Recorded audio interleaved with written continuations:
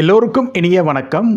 Mutual fund சீரிஸில் இருக்கிற SBI equity hybrid fund, இந்த ஃபண்டை பற்றி தான் இந்த வீடியோவில் பார்க்க போகிறோம். இந்த ஃபண்டு எவ்வாறு செயல்பட்டு கொண்டிருக்கிறது, இது பீரியட் வைஸ் எவ்வளோ ரிட்டர்ன் கொடுத்துருக்கு, கேட்டகரி ஆவரேஜை காட்டிலும் கூடுதலாக ரிட்டர்ன் கொடுத்துருக்கா போன்ற பல விஷயங்களை இந்த வீடியோவில் பார்க்கலாம். வாங்க நம்ம வீடியோக்குள்ளே போகலாம்.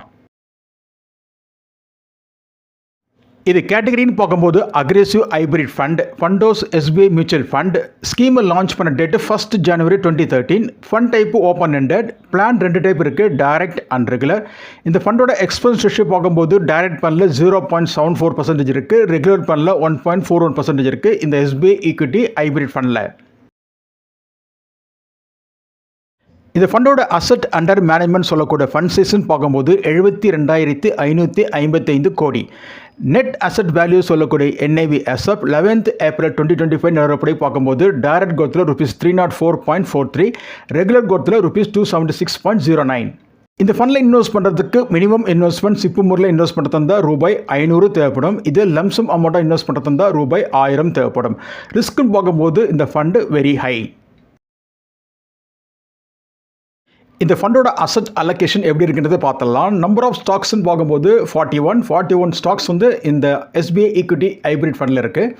அது ஈக்விட்டி பேஸில் பார்க்கும்போது 68.83% இருக்குது, டெட்டில் பார்க்கும்போது 28.21% இருக்குது, அதர்ஸில் பார்க்கும்போது 2.96% இருக்குது.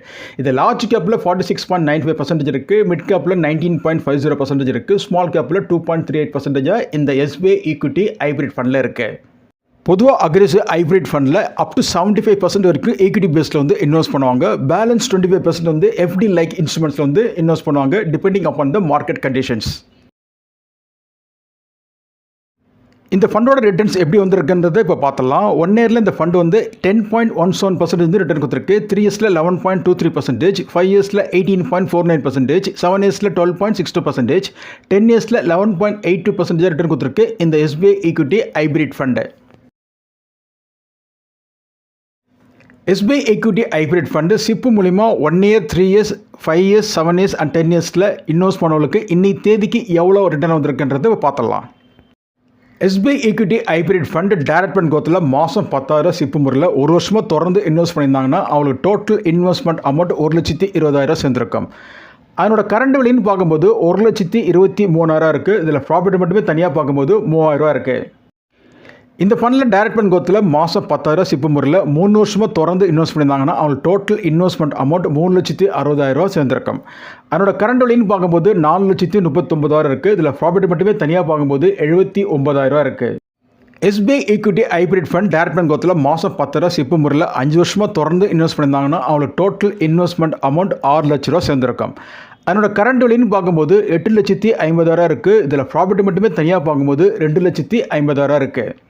இந்த ஃபண்டில் டைரக்ட் ஃபண்ட் கோத்தில் மாதம் 10,000 சிப்பு முறையில் 7 வருஷமாக தொடர்ந்து இன்வெஸ்ட் பண்ணியிருந்தாங்கன்னா அவங்களுக்கு டோட்டல் இன்வெஸ்ட்மெண்ட் அமௌண்ட் 8,40,000 சேர்ந்துருக்கும். அதனோட கரண்ட் விலைன்னு பார்க்கும்போது 13,71,000 இருக்குது. இதில் ப்ராஃபிட் மட்டுமே தனியாக பார்க்கும்போது 5,31,000 இருக்குது. SBI equity hybrid fund direct fund கோத்தில் மாதம் 10,000 சிஸ்டமேட்டிக் இன்வெஸ்ட்மெண்ட் பிளான் மூலிமா சிப்பு மூலிமா 10 வருடங்களாக 1 decade இதில் இன்வெஸ்ட் பண்ணியிருந்தாங்கன்னா டோட்டல் இன்வெஸ்ட்மெண்ட் அமௌண்ட் 12 லட்ச ரூபா சேர்ந்துருக்கும். அதனோட கரண்ட் விலைன்னு பார்க்கும்போது 23,90,000 இருக்குது. இதில் ப்ராஃபிட் மட்டுமே தனியாக பார்க்கும்போது 11,90,000 இருக்குது.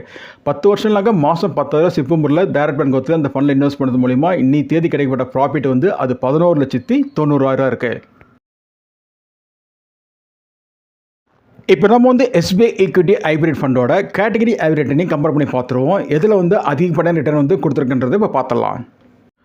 ஒரு வருஷத்தில் எஸ்பிஐ ஈக்விட்டி ஹைப்ரிட் ஃபண்டை கொடுத்த ரிட்டர்ன் 10.17%. இதுவே கேட்டகரி ஹைப்ரிட் ரிட்டர்ன் பார்க்கும்போது 6.71% இருக்குது. அப்படி பார்க்கும்போது கேட்டகரி ஹைப்ரிட் ரிட்டர்னை காட்டிலும் கூடுதலாக ஒரு வருஷத்தில் எஸ்பிஐ ஈக்விட்டி ஹைப்ரிட் ஃபண்டு நல்ல ரிட்டர்ன் கொடுத்துருக்கு. எஸ்பிஐ ஈக்விட்டி ஹைப்ரிட் ஃபண்ட் 3 வருஷத்தில் கொடுத்த ரிட்டர்ன் 11.23%. இதுவே கேட்டகரி ஹைப்ரிட் ரிட்டர்ன் பார்க்கும்போது 12.90%. அப்படி பார்க்கும்போது கேட்டகரி ஹைப்ரிட் ரிட்டர்னை காட்டிலும் எஸ்பிஐ ஈக்விட்டி ஹைப்ரிட் ஃபண்டு குறைவான ரிட்டர்ன் தான் கொடுத்துருக்கு 3 வருஷத்தில். 5 வருஷத்தில் எஸ்பிஐ ஈக்விட்டி ஹைப்ரிட் ஃபண்டை கொடுத்த ரிட்டர்ன் 18.49%. இதுவே கேட்டகரி ஹைப்ரிட் ரிட்டர்ன் பார்க்கும்போது 21.29%. அப்படி பார்க்கும்போது கேட்டகரி ஹைப்ரிட் ரிட்டர்னை காட்டிலும் குறைவாக தான் எஸ்பிஐ ஈக்விட்டி ஹைப்ரிட் ஃபண்டு 5 வருஷத்தில் கொடுத்துருக்கு. 7 இயர்ஸில் எஸ்பிஐ ஈக்விட்டி ஹைப்ரிட் ஃபண்டை கொடுத்த return 12.62%. Whereas category hybrid return பார்க்கும்போது 12.93%. அப்படி பார்க்கும்போது கேட்டகரி ஹைப்ரிட் ரிட்டர்னை காட்டிலும் குறைவாக தான் எஸ்பிஐ ஈக்விட்டி ஹைப்ரிட் ஃபண்டு 7 வருஷத்தில் ரிட்டர்ன் கொடுத்துருக்கு. 10 வருஷத்தில் SBI ஈக்விட்டி ஹைப்ரிட் ஃபண்டு கொடுத்த ரிட்டர்ன் வந்து 11.82%. கேட்டகரி ஆவரேஜ் கொடுத்த ரிட்டர்ன் பார்க்கும்போது 11.52%. இதில் பார்க்கும்போது கேட்டகரி ஆவரேஜ் ரிட்டர்னை காட்டிலும் கூடுதலாக தான் SBI ஈக்விட்டி ஹைப்ரிட் ஃபண்டு 10 வருஷத்தில் ரிட்டர்ன் கொடுத்துருக்கு.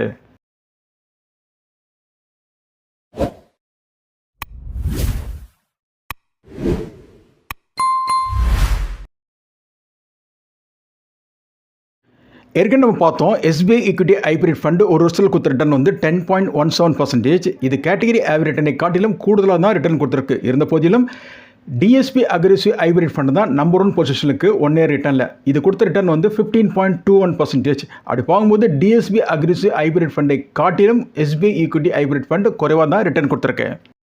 3 வருஷத்தில் SBI ஈக்விட்டி ஹைப்ரிட் ஃபண்டை கொடுத்த ரிட்டர்ன் வந்து 11.23%. இது கேட்டகரி ஆவரேஜ் ரிட்டர்னை காட்டிலும் குறைவாக தான் வந்து ரிட்டர்ன் கொடுத்துருக்கு. இதில் நம்பர் 1 பொசிஷன் பார்க்கும்போது 3 வருஷத்தில் ரிட்டர்ன் பேசிஸில் நம்பர் 1 பொசிஷன் பார்க்கும்போது JM அக்ரெசிவ் ஹைப்ரிட் ஃபண்ட். இது 3 வருஷத்தில் 20.02% ரிட்டர்ன் கொடுத்துருக்கு.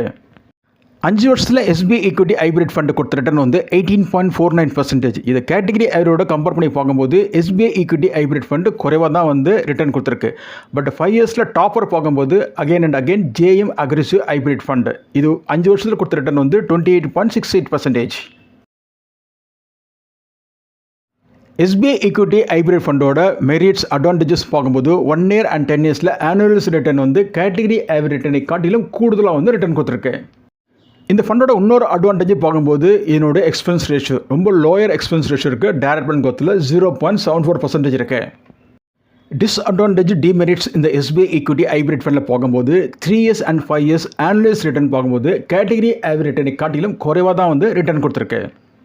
இன்னொரு டிஸ்அட்வான்டேஜ் இந்த SBI ஈக்விட்டி ஹைப்ரிட் ஃபண்டில் பார்க்கும்போது ஓவரால் ரேட்டிங்கில் வந்து 5 ஸ்டார்ஸில் வந்து 3 ஸ்டார்ஸ் கொடுக்கலாம். ஏன்னா இது வந்து ஒரு ஆவரேஜ் ஃபண்டு, குட்டும் கிடையாது எக்ஸலண்ட்டும் கிடையாது. நீங்கள் ஒருவேளை SBI ஈக்விட்டி ஹைப்ரிட் ஃபண்டில் இன்வெஸ்ட் பண்ணிட்டு இருக்கீங்கன்னா தொடர்ச்சி இன்வெஸ்ட் பண்ணுங்கள். எவ்ரி குவார்ட்டர் வந்து இந்த ஃபண்டை கொஞ்சம் அனலைஸ் பண்ணுங்கள்.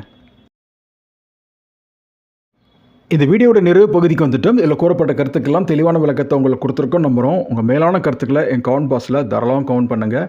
இந்த மியூச்சுவல் ஃபண்ட்ஸ்லாம் சப்ஜெக்ட் டு மார்க்கெட் ரிஸ்க். நீங்கள் இன்வெஸ்ட் பண்ணுறதுக்கு முன்பு நன்கு தெரிந்து அறிந்து புரிந்து அதுக்கப்புறம் உங்கள் இன்வெஸ்ட்மெண்ட்டை துவக்குங்க. இதில் ஏதாவது ஐயப்பாடு இருக்க நிலையில் நிதி ஆலோசகரை கலந்தாலோசித்து அதுக்கப்புறம் நீங்கள் இன்வெஸ்ட்மெண்ட்டை துவக்குங்க. இந்த வீடியோ பிடிச்சிருந்தால் கொஞ்சம் லைக் பண்ணுங்கள், ஷேர் பண்ணுங்கள், சப்ஸ்கிரைப் பண்ணுங்கள். குறிப்பாக இந்த வீடியோ வந்து உங்கள் ஃப்ரெண்ட்ஸ் ரிலேட்டிவ் கொஞ்சம் ஷேர் பண்ணுங்கள். நன்றி, வணக்கம்.